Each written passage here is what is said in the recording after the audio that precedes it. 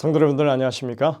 매일 말씀 묵상 시간, 안교교과 방송 시간에 함께 하신 성도님들을 진심으로 환영합니다. 성령의 감동하심과 역사하심이 우리의 삶에 강력하게 임하는 이 하루가 되시기를 간절히 바랍니다. 함께 기도하시겠습니다.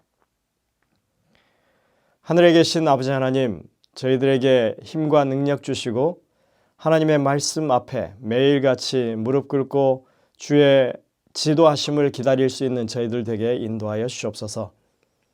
오늘 이 하루도 주님께서 우리를 지키시고 능력 주셔서 복음에 합당한 삶을 살아갈 수 있는 저희 모두가 될 수 있도록 인도하여 주옵기를 예수님의 이름으로 간절히 기도드립니다. 아멘. 오늘 저희가 살펴볼 주제는 두 번째 기회라고 하는 두 번째 날 교과입니다. 복음서를 기록했던 마가 요한이라고 하는 청년은 아직 어렸고 복음 사역의 험난한 그 현실을 감당하기 힘들어서 바울과의 첫 선교 여행에서 중도에 뒤로 물러나고 말았습니다. 사도행전 13장의 기록으로는 모든 정황을 우리가 다 이해할 수 없지만 사도행전 15장에 보면 조금 더 구체적인 정황이 기록되어 있습니다. 먼저 사도행전 15장 36절부터 39절에 있는 말씀을 봉독하겠습니다. 며칠 후에 바울이 바나바더러 말하되 우리가 주의 말씀을 전한 각 성으로 다시 가서 형제들이 어떠한가 방문하자 하고 바나바는 마가라 하는 요한도 데리고 가고자 하나 바울은 밤빌리아에서 자기들을 떠나 함께 일하러 가지 아니한 자를 데리고 가는 것이 옳지 않다 하여 서로 심히 다투어 피차 갈라서니 바나바는 마가를 데리고 배 타고 구브로로 가고 바울은 그 첫 선교 여행에서 돌아온 지 얼마 되지 않아서 그 선교지에 세워졌던 교회들에 대한 염려가 가득했습니다. 그는 다시 교회들을 방문하기를 원했고 동역자 바나바에게 두 번째 선교 여행에 대해서 제안했습니다. 바나바도 흔쾌히 제안을 받아들였고 두 사람은 동행자들을 협의했습니다. 하지만 마가 요한을 데리고 가기를 원했던 바나바와 그것을 반대하는 바울은 의견의 일치를 보지 못하고 두 번째 선교 여행을 함께하는 일이 결렬되고 말았습니다. 사도행전에는 서로 심히 다투었다라고 기록되어 있습니다. 바울이 이 청년을 거부한 이유는 사도행전 15장 38절에 기록되어 있습니다. 밤빌리아 선교 당시에 동역자들을 버려두고 혼자 사역지를 떠났던 사람을 다시 데려가는 것이 옳지 않다는 것입니다. 선교 여행에서 물러났던 마가는 사역에서도 떠나 있었습니다. 바울이 마가를 반기지 않은 것도 충분히 이해할 만한 것입니다.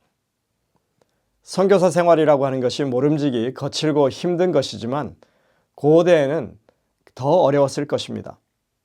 바울은 그런 힘든 일과 그런 모든 어려운 상황의 부담을 동료 선교사들과 함께 나누어지는 그런 사람이었습니다. 그런데 그렇게 빨리 사역지에서 떠나버렸으니까 그 사람은 악의 세력과 맞서서 싸우는 선교팀의 일원이 될 자격이 없다고 생각한 것이 분명합니다. 하지만 바나바는 생각이 달랐습니다. 그는 마가의 가능성을 봤고 이 청년을 배제하고 싶지 않았던 것입니다. 사도행전에는 왜 바나바가 마가를 데려가기로 선택했는지 설명하지 않습니다. 하지만 그 상황을 짐작케 하는 언급들이 성경에 있습니다. 바울은 골로새서에서 마가 요한이 바나바의 생질이라고 조카라고 그렇게 기록하고 있습니다. 나와 함께 갇힌 아리스다고와 바나바의 생질 마가와 이 마가에 대하여 너희가 명을 받았음에 그가 이르거든 영접하라. 헬라어 단어로 볼 때 이 생질이라고 하는 것이 조카인지 사촌인지 구별이 되지 않긴 하지만 여기에서는 조카로 번역되어 있습니다. 바나바는 자신의 식구인 마가의 상황을 이해하고 있었고 그에게 다시 기회를 주려는 그런 생각이었음을 우리가 알 수 있는 것입니다. 물론 바나바라고 하는 인물의 인품을 우리가 고려해 볼 때 마가가 조카가 아니었다고 해도 그를 두둔했을 것이 분명합니다. 사도행전 4장에 보면 바나바를 처음 소개하고 있는데 여기에는 그의 인품을 엿보여주는 그런 설명이 나오고 있습니다. 구브로에서 난 레위족 사람이 있으니 이름은 요셉이라.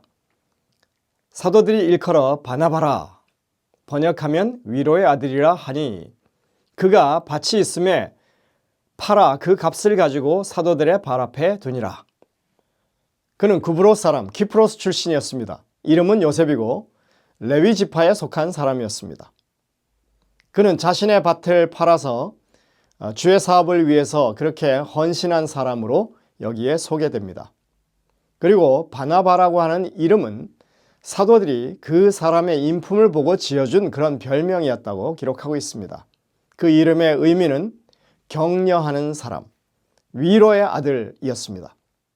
바나바는 한때 핍박자였던 회심한 바울을 제대로 알아본 사람이었고 그를 만나기를 꺼려하는 제자들을 설득해서 중재하고 그를 교회의 일꾼으로 세우게 하는데 중대한 역할을 한 그런 사람입니다. 분명히 바나바는 사도들을 설득할 만한 그런 신망이 있었던 그런 사람이었던 것입니다. 한번 생각해 보시기 바랍니다. 얼마 전까지 그리스도인들을 핍박하고 유대 당국에 팔아넘긴 그런 사람을 받아들인다고 하는 것이 쉬운 일이 아닌 것입니다. 그러나 바나바는 회심한 바울을 분명하게 알아봤습니다.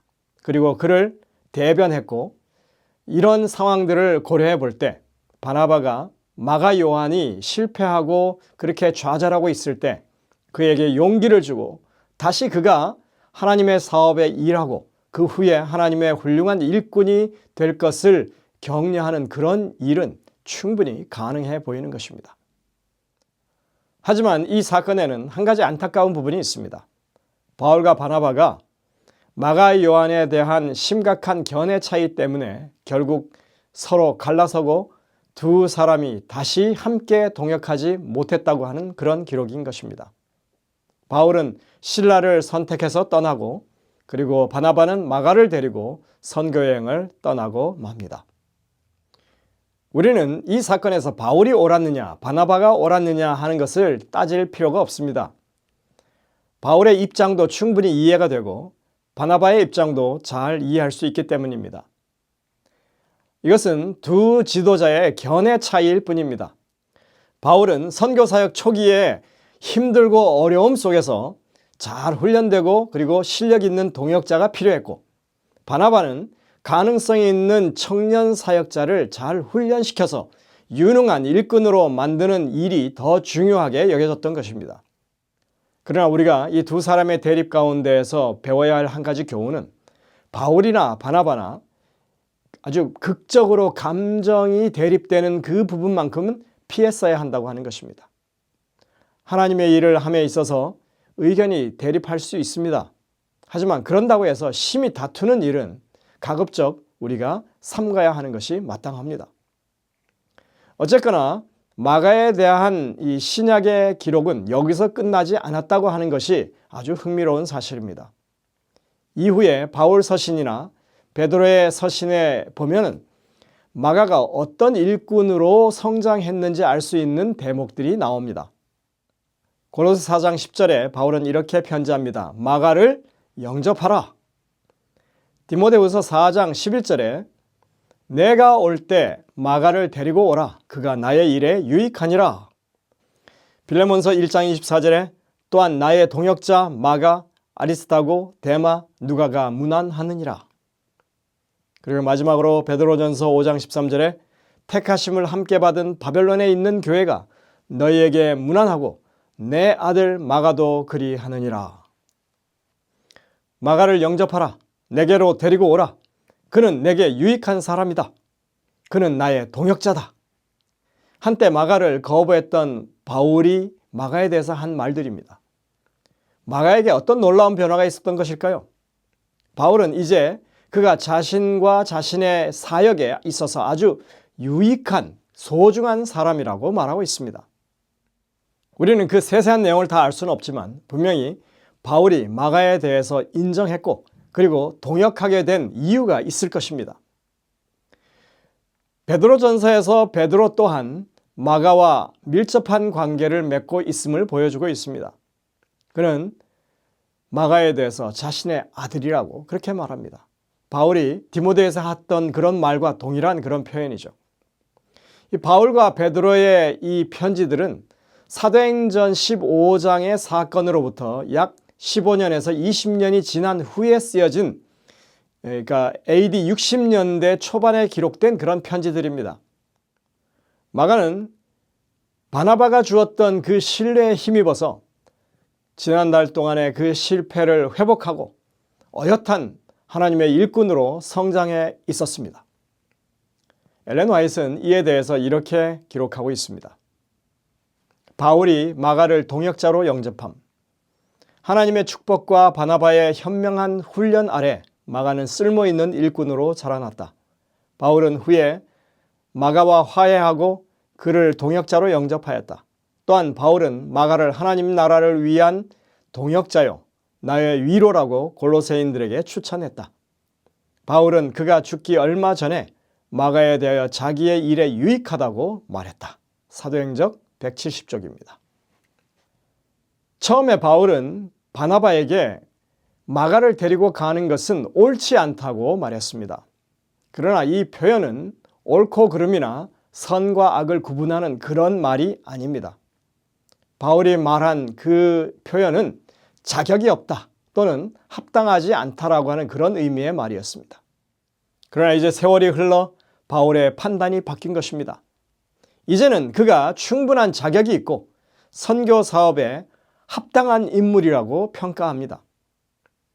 바울이 거절했을 때 바나바 같은 지도자가 없었더라면 얼마나 큰 손실이 있었겠습니까? 저는 오늘날 미주 한인교회 안에 하나님의 일꾼들에 대해서 교회가 어떤 생각을 하고 있는지 돌아볼 필요가 있다고 생각합니다. 얼마나 많은 교회들이 완벽한 사역자, 모든 일에 좋은 점수를 얻는 그런 사역자만 찾는지 모릅니다. 저도 목회 초년기를 생각해 보면 처음엔 많이 부족했었고 세월이 가면서 훈련되고 길러져서 오늘날까지 왔다고 생각합니다. 앞으로도 계속 성장해야 하는 것입니다. 교회도 마찬가지입니다. 목회자도 마찬가지입니다. 서로가 상호 협력하고 동역하면서 성장해 가는 것이, 성숙해 가는 것이 바로 우리들입니다. 그리고 영업권 교회들을 생각하면 더욱더 그런 생각이 드는 것입니다. 어른들의 생각으로 다 판단해버리고 가능성이 있네 없네 하면서 제대로 된 이 기회를 주지 않는 그런 상황 가운데 좋은 목회자로서 자라날 수 있었던 많은 청년 지도자들이 결국은 기회를 얻지 못하고 목회 현장을 떠나는 그런 경우들을 많이 봤기 때문에 그렇습니다. 너무나 엄격하게 걸러낸 결과에 이제 미주 안에는 영어권 이 젊은 사역자들을 찾기가 정말로 힘든 그런 상황에 놓이게 됐습니다. 교회가 성장하고 발전할 수 있는 길은 성공한 목회자만 일하는 교회가 되어서는 안 되는 것입니다. 가능성이 있는 목회자를 계속 양육하고 후원해 주면서 교회가 함께 성장해 가는 것이 우리의 길이 되어야 되지 않을까 그런 생각을 하는 것입니다. 여러분들, 오늘 우리는 마가의 이야기를 돌아보면서 우리가 오늘날 어떤 선택을 하고 어떻게 하나님의 일에 임할 것인지, 우리가 사역자들을 평가할 때 어떤 기준으로 해야 할 것인지를 다시 한번 깊이 숙고하는 그런 시간이 되시기를 간절히 바랍니다. 기도하시겠습니다. 하늘에 계신 아버지 하나님, 오늘도 우리에게 하나님의 말씀을 통하여 과거의 사건들을 통하여 교훈하시고 깨우침을 허락하시니 감사드립니다. 마가의 연약함을 주님께서는 아시고 또 당신의 지도자들을 통하여 그를 훈련시키고 양육해서 결국은 정말로 하나님의 복음을 이 땅에 증거하는 놀라운 사역자로 삼아주신 것을 저희가 봅니다. 우리의 이 교회 현장에서 그러한 교회와 목회자의 관계가 새롭게 정립될 수 있는 기회가 생길 수 있도록 인도하시고 교회가 더욱더 부흥하고 복음을 증거하는 그 일에 큰 부흥을 가져올 수 있는 저희 모두가 될 수 있도록 인도하여 주옵기를 예수님의 이름으로 간절히 기도드립니다. 아멘.